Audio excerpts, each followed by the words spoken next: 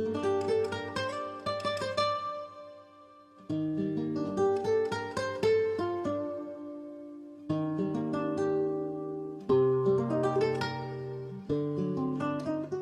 what's up everyone? Thanks for stopping in again with Sky High Reef. This video I'm going to give you a full rundown of the AquaForest product lineup and what I'm using and how I'm setting all of this up for my reef tank.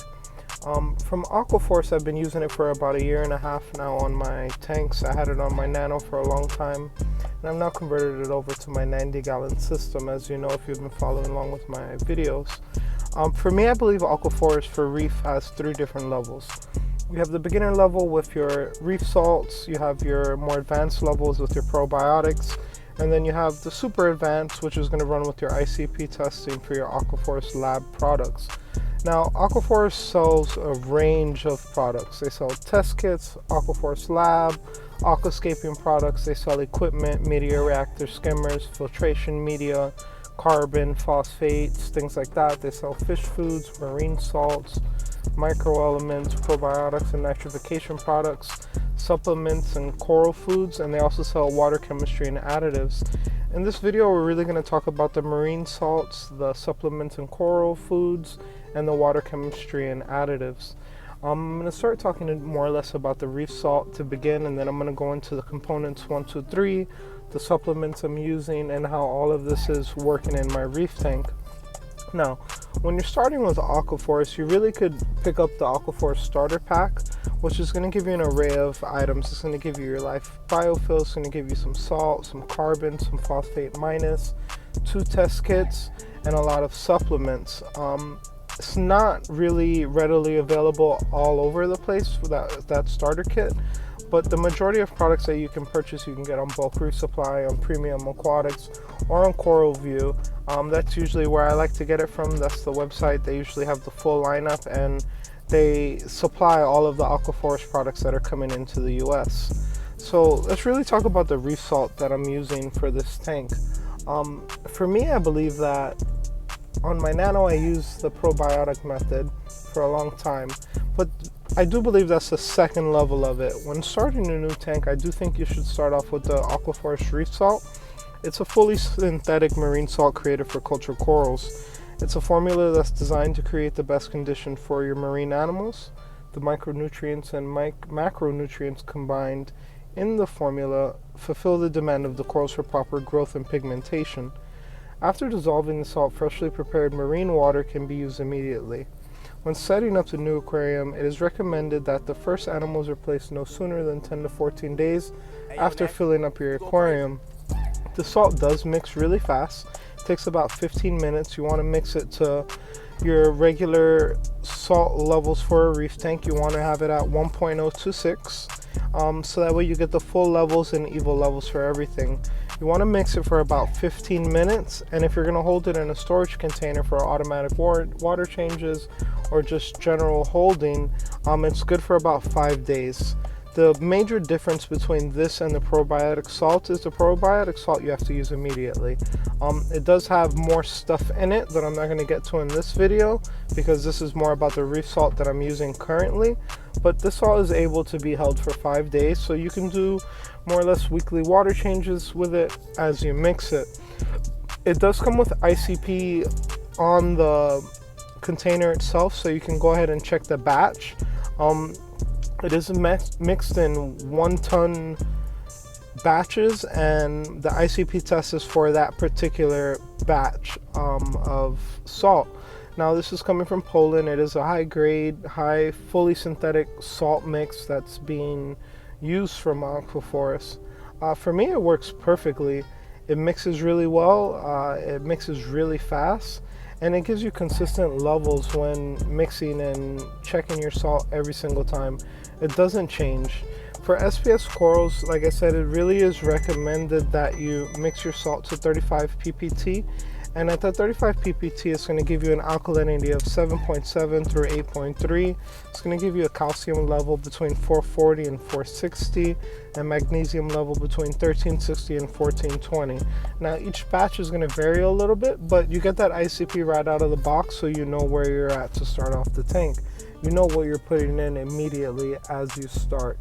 So it really works well, and it's a good thing to have for your system, and it's a really good salt. I've been using it for a long time. I started this tank off with a 200-gallon box. I then went down to the 20 kg box and just been re-ing up using those. Down the line, I plan on switching over to probiotic as the reef grows and it matures. I will go over to the ultra low nutrient system, being that I do want to run a full SPS reef. But for now, this reef salt I do feel is adequate, and it's perfect for what I need. Now, if you're a person that has a reef tank, you're either going to have to dose your tank through a dosing method or through a calcium reactor. There's no going around it. As the corals grow, they consume all of the elements in the water: your alkalinity, your calcium, your magnesium, or your basic three. Aside from that, there are different trace elements in the water that you can test for using ICP testing. But for the most part, you have to maintain a stable calcium, alkalinity, and magnesium levels for corals to grow. They consume it, you replenish it using the dosing methods that I'm about to describe. Now, the chemical composition of components 1, 2, 3 plus are based on a method developed by H. Balling. The formula has been fine-tuned in their lab and enriched with trace elements that are fundamental for maintaining marine aquarium organisms in good form. So inside of these 5-liter containers, you're going to have all of your calcium, magnesium, and alkalinity. In addition to that, you're going to have all of your trace elements. You're going to have your calcium, your strontium, your boron, all of these different things that you're going to dose to your tank, but it's already inside of these containers. Each container has a different amount of different things inside of it. If you go on their website, you can really see it, and it breaks it down exactly what is in each one. In component 1, it contains X product. In component 2, it contains X product. In component 3, it contains X product. But you can just look at it as your calcium, your alkalinity, and your magnesium. Now, all of these products are dosed equally to your tank. That's a method developed by H. Balling that's different from other methods of dosing. A lot of people test their calcium and dose based with what they need for the calcium. A lot of people test their alk and you dose what you need for your alk. Same thing for your magnesium. But with AquaForest and the Balling method, you're going to dose the equal amounts of all 3 products based on your alkalinity consumption. So for example, what you're going to do is you're not going to dose anything for a week. And every day for that week, you're going to test your water and you're going to see what your calcium consumption is every day at the same time. So for example, on day 1, if your alka is 9, and then on day 2 it's 8.7, day 3 it's 8.4, day 4 it's 8.1, day 5 it's 7.8, then you know you're using about 0.3 DKH per day. Now, using the AquaForest calculator, you're going to figure out how much you need to dose to the tank. In this example, that would be 44 milliliters on a 100-liter system, which is what I'm running. Now, as you start the tank, you want to start everything off with a quarter dose or a half dose as to not shock anything or overload it, because the corals do have to consume these products before they start taking them in, and then you have an overload of stuff inside of your water. So I would say start off with a quarter dose. So for me in my 100-gallon system, total water volume, I started off with 15 milliliters, and as my calcium consumption goes up, I'll add more of all 3 to the water. A lot of people at first, when I read online and just on Reef to Reef and whatnot, say, well, this is not working because my calcium is 8, but my DKH is 8 and my calcium is 500 and my mag is 1460, and they're all out of line. At first, they are all going to be out of line because they haven't stabilized. You haven't set it up long enough for it to be consistent and for it to work and it find its own balance. It takes a few months. Give it 90 days, give it 6 months, just hold on to it, run through the full containers no matter what the results are. It's never going to be too high. If your salinity is on point at 1.026 and your alkalinity is where you would like it, and in this situation alk is, you want to keep it around 8 since your salt's going to mix there, you want to hold that 8 number and dose for that 8 number, and your calcium is going to come in line, your magnesium is going to come in line, and you're going to have everything that you need, including all of your trace elements already in the water, and you're not going to have to dose for them. And it's kind of the beautiful thing about it. You don't have to worry about those trace elements because they're in the dosing containers. It's not just sodium bicarbonate inside of one of the containers. It's your sodium bicarbonate plus all of the different trace elements that you need that would come up on an ICP test, or that you would have to go to the store and buy a vial of strontium, or buy a vial of boron, or buy a vial of kalium, or a vial of iron, because it's already inside of the water. And that's why for me I love component 123 plus, because after doing water changes on a weekly basis and after setting up the doser and having all three dosing the same based on my alk consumption, for me it's really easy. I only have to test alk because I know my calcium and magnesium, no matter where they are going to be out of whack kind of at first, but my water changes are going to keep them within range, and then over time it's all going to stable out and find its balance and really work. And then I still have all of those other trace elements that you need in the water column in there, and it's all going to stabilize. The corals are going to grow. I had great growth inside of my nano. I had great coloration inside of my nano. I love that tank. It did very well, so much so that I bought a tank 3 times as big with money that I made from that tank. You have to find ways to self-supplement this hobby because it can get expensive if you're a person that has a regular job and you're not rich, and you're not out of the norm of a hobbyist. On the hobbyist level, I think you really want to find a product that's going to work and that's going to work every single time and give you everything you need and the best bang for your buck.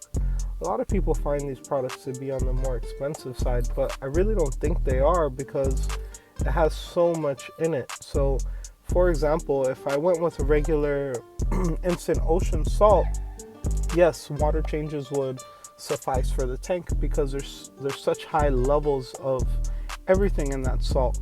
But are all the trace elements in? They're really not. All the trace elements are not in there that you need. So for me, that's why I'm such a big advocate on Instagram and on YouTube and just overall for this AquaForest products. I'm not sponsored by this company. They're not giving me things for free. I've gotten a care package before just because, I won a contest on Instagram and whatnot, but I'm buying all of this stuff and I do believe that it works. I'm also using a lot of their supplements as well. This is a complete AquaForest Reef tank. I mean, if you look at my sump, I have purple PVC pipes because I believe so much in the product. I plan on getting their skimmers. I plan on getting their their media reactors and running the carbon and zeo mix inside of it. I also dose their AquaForest amino mix, their energy, the build, the vitality, their phyto mix. I dose all of these products. Everything that you see growing in my tank over the next year, it's going to be because I'm using these AquaForest products. So I just really wanted to make a video explaining the salt and the basic dosing of it.